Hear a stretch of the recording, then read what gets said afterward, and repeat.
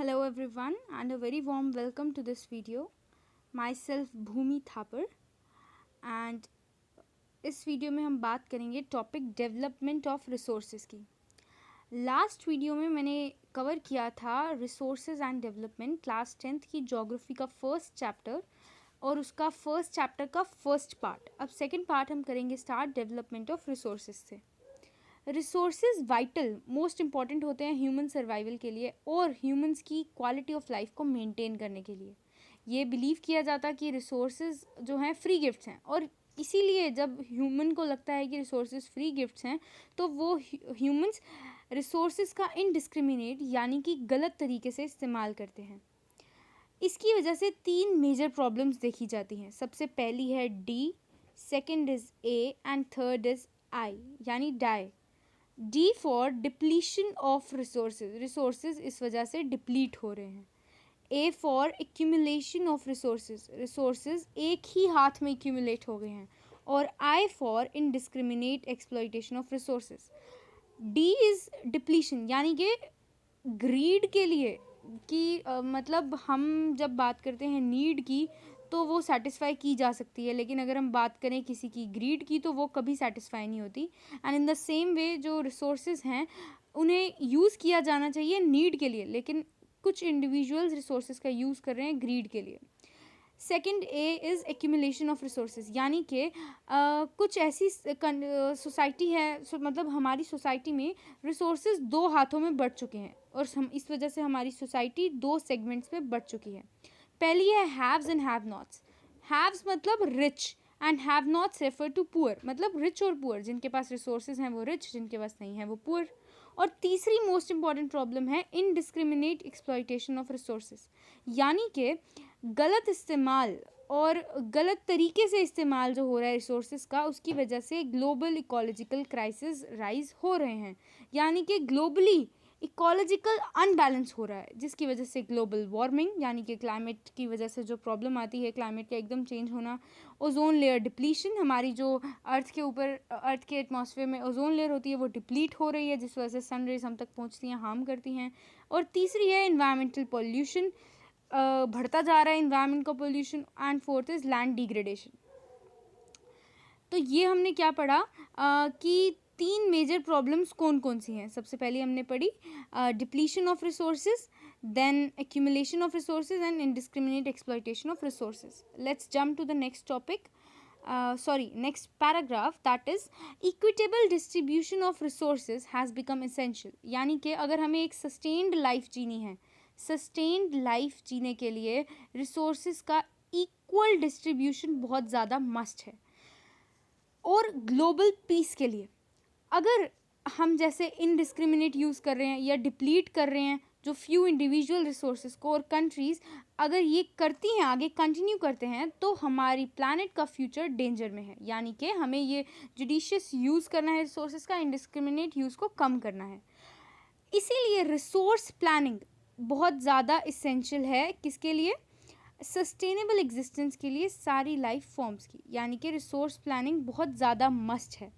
अब सबसे पहले तो हमें पता होना चाहिए कि प्लानिंग क्या होता है। प्लानिंग होता है केयरफुली डिज़ाइन करना, और रिसोर्सेज तो हमने पढ़े थे लास्ट टाइम। रिसोर्सेज कोई भी चीज़ जो सेटिस्फाई करती है ह्यूमन की नीड, वो टेक्नोलॉजिकल एक्सेसिबल होती है, टेक्नोलॉजिकली फिजिबल होती है, और बाकी जो उसकी करेक्टरिस्टिक्स है जिनमें वो होती हैं वो रिसोर्स हो गए। अब रिसोर्स प्लानिंग बहुत इसेंशियल है सस्टेनेबल एग्जिस्टेंस के लिए। सस्टेनेबल एग्जिस्टेंस सस्टेनेबल डेवलपमेंट का एक कंपोनेंट है। सस्टेनेबल डेवलपमेंट क्या होती है, मतलब हमारे पास रिसोर्सेज हैं, हम जैसे हमारे पास ट्रीज़ हैं, हम ट्रीज़ का उतना ही यूज़ करें ताकि वो फ्यूचर जनरेशन के लिए भी प्रिजर्व्ड रहें। अगर हम ट्रीज़ को बहुत काटने लग जाएंगे, ख़राब कर देंगे और अर्थ पे अनबैलेंस लाइफ हो जाएगी, तो फ्यूचर जनरेशन को वो हार्म करेगा। अब हम समझते हैं सस्टेनेबल डेवलपमेंट का concept. So sustainable sustainable development it is sustainable economic development, इसका मतलब होता है that development should take place without damaging environment, बिना डैमेज किए इन्वायरमेंट को। और डेवलपमेंट जो है हमारी प्रेजेंट में, फॉर एग्जांपल प्रेजेंटली हम डेवलप हो रहे हैं, उस वजह से फ्यूचर जनरेशन्स की नीड को कॉम्प्रोमाइज़ ना करना पड़े। यानी कि हम अगर हमें वुड चाहिए, हमें पेपर चाहिए, इसके लिए हमें वुड का यूज़ करना है, पर हम उतना ही यूज़ करें ताकि वो फ्यूचर जनरेशन के लिए भी प्रिजर्व्ड रहे। इस सब मैटर को डिस्कस करने के लिए हुई थी रियो डी जेनेरियो की समिट। अब हम बात करते हैं रियो डी जेनेरियो 1992 की समिट हुई थी। जून 1992 में 100 हेड्स ऑफ द स्टेट्स इकट्ठे मिले थे रियो डी जेनेरियो यानी ब्राज़ील में पहली इंटरनेशनल अर्थ समिट के लिए। ये क्वेश्चन हो सकता है कि पहली इंटरनेशनल अर्थ समिट कहाँ हुई थी? वो हुई थी रियो डी जेनेरियो में, ब्राज़ील में। कब हुई थी? जून 1992 में। और कितनी कंट्रीज़ के हेड्स मिले थे? 100 हेड्स अलग अलग स्टेट्स से मिले थे। हाँ, ये भी क्वेश्चन हो सकता है कि इस समिट में क्या मुद्दा उठाया गया। कन्वीन का मतलब होता है कि इस समिट को क्यों रखा गया, और एड्रेसिंग का मतलब होता है कि इस समिट को रखा गया एड्रेस यानी सोल्यूशन निकालने के लिए urgent problems of environmental protection. ये पहला टॉपिक था। I will highlight the topics for you. Urgent problems of environmental protection and socio economic development. ये दो टॉपिक्स है जिनके लिए इस रियो डी जेनेरियो की समिट को रखा गया, वो भी ग्लोबल लेवल पे। assembled leaders signed the declaration। हाँ, उन्होंने क्या साइन किया? Let me highlight this for you. उन्होंने साइन किया declaration on global climatic change and biological diversity, यानी उन्होंने कहा कि हम ग्लोबल क्लाइमेटिक चेंज को ध्यान में रखते हुए नॉर्म्स बनाएंगे और बायोलॉजिकल डाइवर्सिटी का भी ध्यान रखेंगे। जो रियो की कन्वेंशन थी, यानी ये जो समिट थी, इसने इंडोर्स यानी इंक्लूड किया ग्लोबल फॉरेस्ट प्रिंसिपल्स को और अडॉप्ट किया एजेंडा 21। अब एजेंडा 21 क्या है उसके बारे में हम पढ़ते हैं। एजेंडा 21 अडॉप्ट क्यों किया गया था? सस्टेनेबल डेवलपमेंट के लिए। और इस एजेंडा 21 में था क्या, हम इसको डिस्कस करते हैं। ये डेक्लेरेशन था, ये सेम रिपीट किया हुआ है कि ये डेक्लेरेशन था जिसे साइन किया था वर्ल्ड लीडर्स ने 1992 में। तो एजेंडा 21 कब साइन हुआ था? 1992 में United Nations conference on environment and development द्वारा ये जो कॉन्फ्रेंस हुई थी, ये हुई थी रियो डी जेनेरियो ब्राज़ील में। इसने एम किया, इसका मुद्दा क्या था? ग्लोबल सस्टेनेबल डेवलपमेंट, यानी हम ग्लोबली सस्टेन करेंगे, सस्टेनेबल डेवलपमेंट इंट्रोड्यूस करेंगे। ये एक एजेंडा था कॉम्बैट करने के लिए इन्वायरमेंटल डैमेज, यानी हम अपने इन्वायरमेंट को डैमेज से बचाएंगे। हम पावर्टी ख़त्म करेंगे, disease through global cooperation on common interest, mutual needs and shared responsibilities. आपको याद ये रखना है कि एजेंडा 21 1992 जून में लाया गया था। इसको वर्ल्ड लीडर्स ने साइन किया था United nation conference of environmental development में। और और इसके अंडर ये रियो डी जेनेरियो में हुआ था। इसका एम था अचीव करना ग्लोबल सस्टेनेबल डेवलपमेंट, और ये एजेंडा था इन्वायरमेंटल डैमेज को ख़त्म करने के लिए, पावर्टी और डिजीज़ को ख़त्म करने के लिए, ग्लोबल कोऑपरेशन के थ्रू, म्यूचुअल नीड्स को अंडरस्टैंड करके और शेयर्ड रिस्पॉन्सिबिलिटी के थ्रू। और इसका एक मेजर ऑब्जेक्टिव ये था कि एजेंडा 21 में हर एक एजेंडा 21 जो था वो लोकली भी डिफ्रेंशिएटेड था, यानी कि लोकल्स के पास, लोकल गवर्नमेंट के पास अपने प्लान्स वो ला सकती है एजेंडा 21 को इम्प्लीमेंट करने के लिए।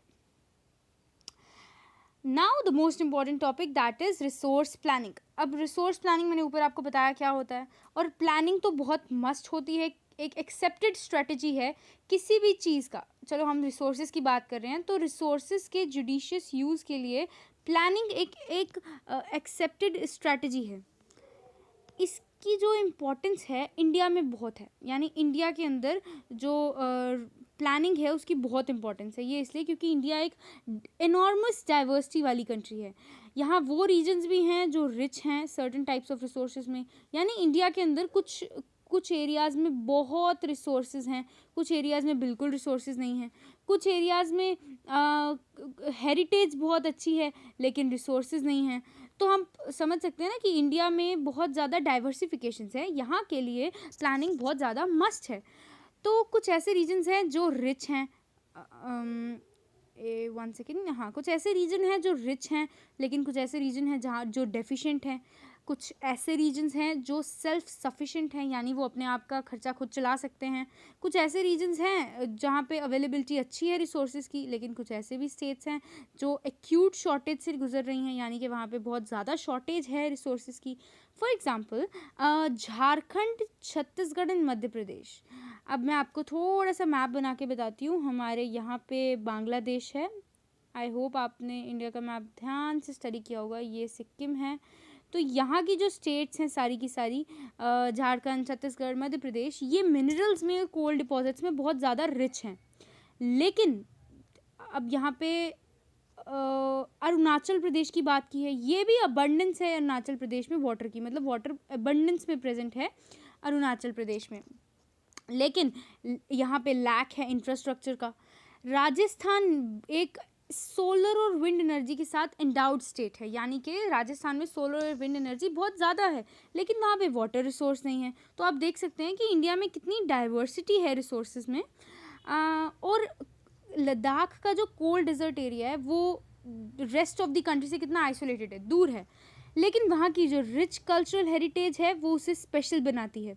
जो लद्दाख की रिच कल्चरल हेरिटेज है वो उसे स्पेशल बनाती है, लेकिन ये डेफिशिएंट है वाटर में। यहाँ पानी की कमी है, इंफ्रास्ट्रक्चर की कमी है और वाइटल मिनरल्स की कमी है। So this calls for balance, यानी ये हमें मजबूर करता है कि हम बैलेंस रिसोर्स प्लानिंग को इंट्रोड्यूस करें नेशनल, स्टेट, रीजनल और लोकल लेवल पे। जब इंडिया में भैया इतनी डाइवर्सिटी है तो हमें कुछ करना पड़ेगा ना, मतलब रिसोर्सेज में इतनी डाइवर्सिटी है तो हमें ऐसी स्कीम्स लानी पड़ेगी, प्लान्स लाने पड़ेंगे जिससे कि इंडिया रिसोर्सेज का बेस्ट यूज़ कर सके। और इस तरीके से रिसोर्सेज को जुडिशरी यूज़ करने में टेक्नोलॉजी का बहुत रोल होता है, वो हम आगे पढ़ेंगे। Availability of resources is a necessary condition, यानी रिसोर्सेज तो बहुत ज़रूरी हैं। अगर रिसोर्स ही नहीं होंगे तो आप डेवलप कैसे होगे। लेकिन रिसोर्सेज का होना बिना टेक्नोलॉजी के वो बिल्कुल फ़ायदेमंद नहीं है, वो डेवलपमेंट में एक हिंड्रेंस है, यानी वो रुकावट है। बहुत सारे रीजन्स ऐसे हैं जहाँ कंट्री बहुत रिच है रिसोर्सेज में, लेकिन वहाँ पे इकोनॉमिकली बैकवर्ड रीजन्स हैं। कुछ ऐसे रीजन्स भी हैं जो बहुत पुअर रिसोर्स बेस है, मतलब रिसोर्सेज बहुत कम है लेकिन वो इकोनॉमिकली बहुत स्ट्रॉन्ग है। तो इंडिया एक ऐसी कंट्री है जहाँ पे बहुत सारे प्रॉस कॉन्स दिखते हैं हमें हर एक रिसोर्स के रिगार्डिंग, इसीलिए हमें रिसोर्स प्लानिंग करनी पड़ती है। अब हम बात करते हैं हिस्ट्री ऑफ कॉलोनलाइजेशन की। कॉलोनलाइजेशन क्या होता है? जब ब्रिटिशर्स ने हमारे इंडिया को एक अपनी कॉलोनी बनाया था, ब्रिटिश ईस्ट इंडिया का रूल था हम पे। एंड आपको पता है ना कि फॉरेन इन्वेडर्स इंडिया को इतना ज़्यादा इंटरेस्टिंग किया, उन्होंने यहाँ क्यों रूल किया? क्योंकि इंडिया एक रिसोर्सफुल कंट्री थी, इंडिया के पास बहुत अच्छे रिसोर्सेज थे, लेकिन जो हमारे पास टेक्नोलॉजी नहीं थी। और वो टेक्नोलॉजी थी किनके पास? ब्रिटिशर्स के पास। उनके पास टेक्नोलॉजी भी थी, उनके पास ब्रेन भी था, उनको अलर्टनेस भी थी कि इंडिया एक रिसोर्सफुल कंट्री है। हमें वो चीज़ अलर्ट्स भी नहीं थे हम इतने कि हमारे पास बहुत रिसोर्स है, हम अच्छे से यूज़ कर सकते हैं। और जो उनके पास टेक्नोलॉजी थी ये उनके लिए फ़ायदेमंद रही, इसी वजह से उन्होंने इंडिया के रिसोर्सेज को बहुत ज़्यादा एक्सप्लॉइट किया। इससे हमें ये पता चलता है, इंडिया ने इससे ये एक्सपीरियंस किया कि अलग अलग कॉलोनलाइजेशन के फेजेस से इंडिया ने क्या एक्सपीरियंस किया कि इंडिया डेवलपमेंट की तरफ अगर जाना चाहता है तो रिसोर्सेज की अवेलेबिलिटी के साथ हमें टेक्नोलॉजी भी चाहिए, हमें ह्यूमन रिसोर्सेज की क्वालिटी भी चाहिए और historical experience of the people को साथ रखना पड़ेगा। तो इंडिया ने ये एक्सपीरियंस किया कि रिसोर्सेज होने से कुछ नहीं होता, रिसोर्स तो चाहिए ही चाहिए, लेकिन टेक्नोलॉजी भी चाहिए, क्योंकि टेक्नोलॉजी से ही हम रिसोर्सेज से इंटरेक्ट करेंगे। क्वालिटी ऑफ ह्यूमन रिसोर्स भी चाहिए, मतलब ह्यूमन रिसोर्स भी इतना अच्छा चाहिए कि वो इस टेक्नोलॉजी का यूज़ करके रिसोर्सेज एक्सट्रैक्ट कर सके। और हमें एक्सपीरियंस भी चाहिए कि हर एक रिसोर्स को कैसे एक्सट्रैक्ट किया जाना चाहिए। अब हम बात करते हैं द मोस्ट इंपॉर्टेंट टॉपिक की, वो है कंजर्वेशन ऑफ रिसोर्सेज। रिसोर्सेज को कंजर्व करना क्यों इंपॉर्टेंट है? क्योंकि रिसोर्सेज, सारे रिसोर्सेज ऐसे नहीं है कि वो हमारे पास एनॉर्मस क्वांटिटी में मौजूद हों। कुछ रिसोर्सेज ऐसे हैं जो डिप्लीट हो रहे हैं, फॉर एग्जांपल कुछ फॉसिल फ्यूल्स ऐसे हैं जो डिप्लीट हो रहे हैं। उनको सबको प्रोटेक्ट करने के लिए हमें रिसोर्सेज की इररेशनल कंजम्पशन को रोकना पड़ेगा। और ओवर यूटिलाइजेशन, मतलब ज़्यादा यूटिलाइज नहीं करना है रिसोर्सेज को, क्योंकि अगर हम ज़्यादा यूटिलाइज करते हैं तो इन्वायरमेंट की प्रॉब्लम्स होंगी। इसको ओवरकम करने के लिए रिसोर्स कंजर्वेशन ही एक इम्पॉर्टेंट तरीका है। This had been the main concern, और हमारे जो लीडर्स थे, थिंकर्स थे, उनका सबसे ज़्यादा मेन कंसर्न यही रहा है। जैसे कि गांधी जी ने अपनी वॉइस इसी के रिगार्डिंग उठाई थी कि कंजर्वेशन इज़ मस्ट। उन्होंने कहा था there is enough for everybody's need and not for anybody's greed, यानी कि हमारे पास बहुत मटेरियल है हर एक इंसान की नीड के लिए, लेकिन इतना मटेरियल नहीं है कि हर एक इंसान की ग्रीड को सेटिस्फाई किया जा सके। मैंने आपको ऊपर बताया कि अगर हमें नीड है तो हम सेटिस्फाई हो जाएंगे, लेकिन अगर हमें ग्रीड है तो हमें कभी भी, हमें अनलिमिटेड भी कुछ होगा हमारे पास, हम तब भी सेटिस्फाई नहीं होंगे। इसीलिए इसी तरीके से ग्लोबल लेवल के ऊपर सस्टेनेबल डेवलपमेंट का मुद्दा आया और मास प्रोडक्शन की जगह प्रोडक्शन बाय द मासेस को इंट्रोड्यूस किया गया। ये बहुत इंटरेस्टिंग कंसेप्ट है। जब हम कहते हैं मास प्रोडक्शन तो हम कहते हैं कि क्वांटिटी ज़्यादा होनी चाहिए। जब हम कहते हैं मास प्रोडक्शन तो हमें लगता है कि क्वांटिटी इज़ मस्ट, बट जब हम कहते हैं प्रोडक्शन बाय मासेस इसका मतलब होता है क्वालिटी। तो हमें इसमें क्या ध्यान देना है कि क्वांटिटी से ज़्यादा क्वालिटी पे फोकस किया जाए, कि quantity doesn't matters but quality matters. Quantity का हमें कोई फ़र्क नहीं पड़ता, मास प्रोडक्शन से ज़्यादा प्रोडक्शन बाय द मासेस, यानी कि सब इकट्ठे साथ मिलके प्रोडक्शन पे ध्यान दे, सारी पॉपुलेशन साथ आगे आए। एट द इंटरनेशनल लेवल पे ये मुद्दा उठा था क्लब ऑफ रोम में। इन्होंने एडवोकेट किया था रिसोर्स कंजर्वेशन। आपको ये भी क्वेश्चन आ सकता है एग्जाम में, सबसे पहले रिसोर्स कंजर्वेशन को किसने इंट्रोड्यूस किया? वो है क्लब ऑफ रोम ने एडवोकेट किया था सबसे पहली बार सिस्टमेटिक वे में 1968 में। और 1974 में गांधी जी ने फ़िलॉसफी में, गांधी जी की जो फ़िलॉसफी आई उसने फिर से एक बार श्यूमर की, I don't know the correct pronunciation of this word, I am so sorry, kindly check it on the net. So उन्होंने इनकी आइडियोलॉजी को बुक स्मॉल इज़ ब्यूटिफुल में प्रेजेंट किया।